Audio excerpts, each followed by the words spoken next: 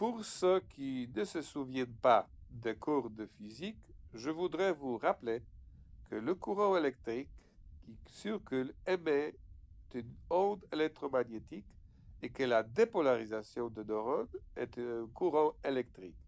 Apparemment, le courant résumé de tous les neurones lors de la dépolarisation dans le cerveau d'une personne suffirait à éclairer New York pendant une milliseconde. Des millions de neurones dépolarisants créent une tension électrique qui fait circuler un courant électrique. C'est à ce moment que l'onde électromagnétique se forme.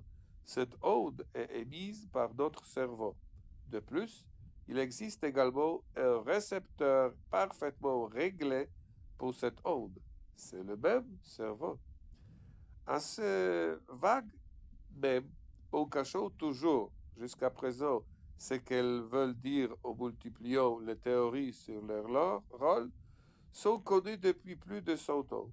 Nous pouvons les visualiser graphiquement à l'aide d'un électroencéphalogramme aiguë, mais toutes les divisions de ces vagues de jusqu'ici et la signification qui leur est assignée doivent être considérées comme partiellement erronées et pas assez bien comprises.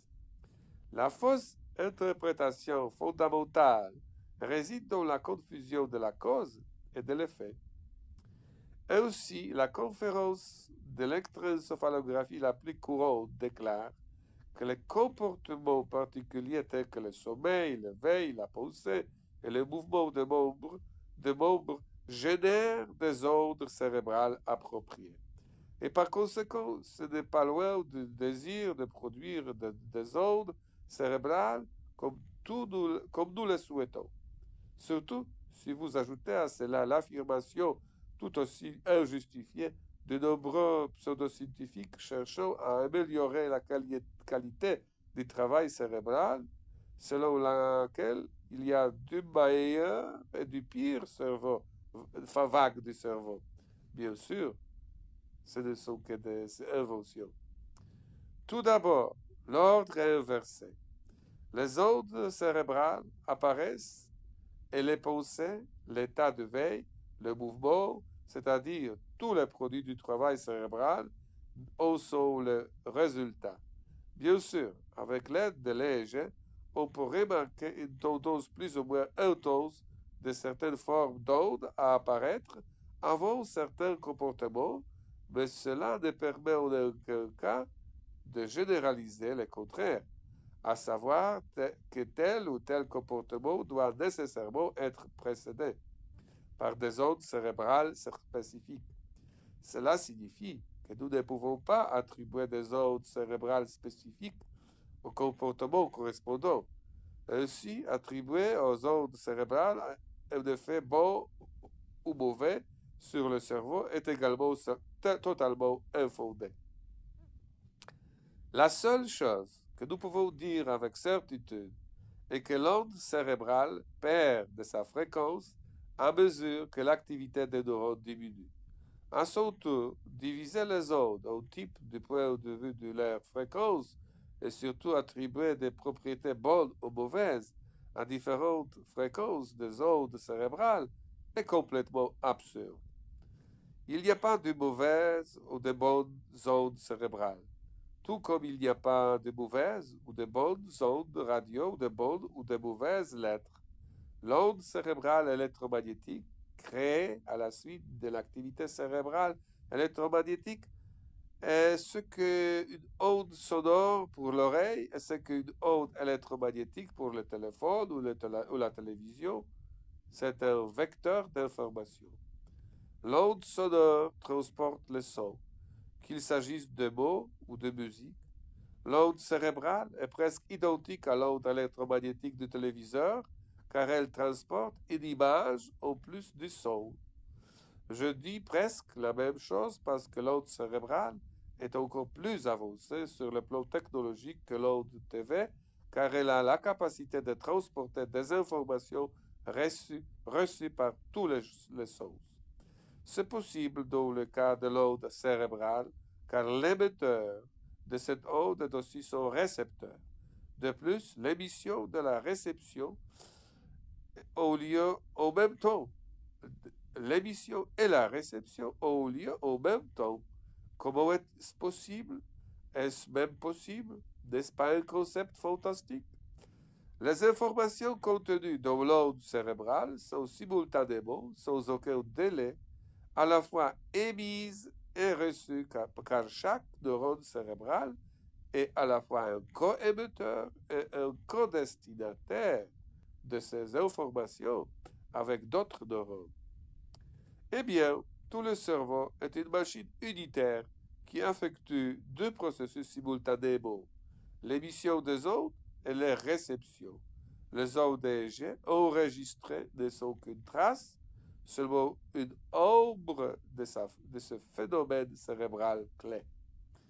Jusqu'à présent, on croyait à tort que le cerveau ne fonctionne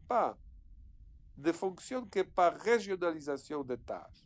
Ainsi, ces zones spécifiques du cerveau sont responsables des fonctions correspondantes. Ce n'est pas vrai. Le cerveau entier est à la fois la langue et l'oreille de notre discours. Et tout comme vous ne pouvez pas parler avec seulement une partie de la langue ou n'entendre qu'avec une partie de l'oreille, nous pensons, ressentons, faisons des mouvements corporels, restons éveillés et dormons avec tout notre cerveau. Le cerveau entier non divisé est aux ondes cérébrales ce que le larynx ou le cœur de la guitare est aux ondes sonores, une sorte de boîte acoustique. Et une boîte entière et complète du cerveau est nécessaire pour que l'émetteur d'ondes fonctionne correctement.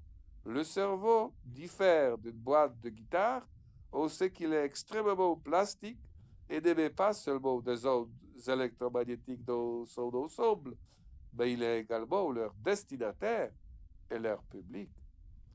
Alors que l'émission de la réception des ondes cérébrales et donc l'initiation de chaque pensée, sentiment, peur, intention et le travail de toute la boîte cérébrale, certaines zones du cerveau sont responsables de l'interprétation des ondes cérébrales d'une manière particulière.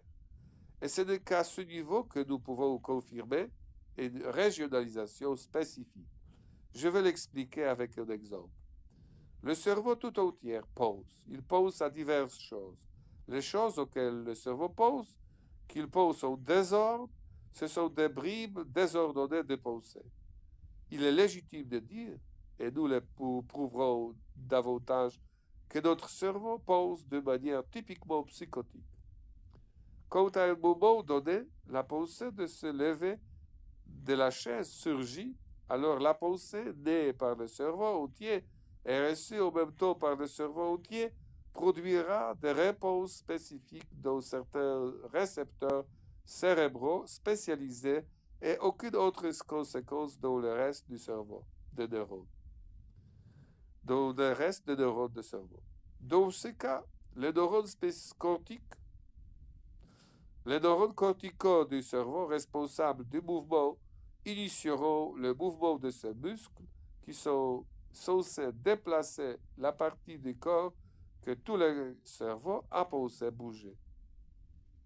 J'ai dit tout le cerveau pense, ressent, conçoit des actes de mouvement, mais comment cela se produit-il? Comment pense-t-il?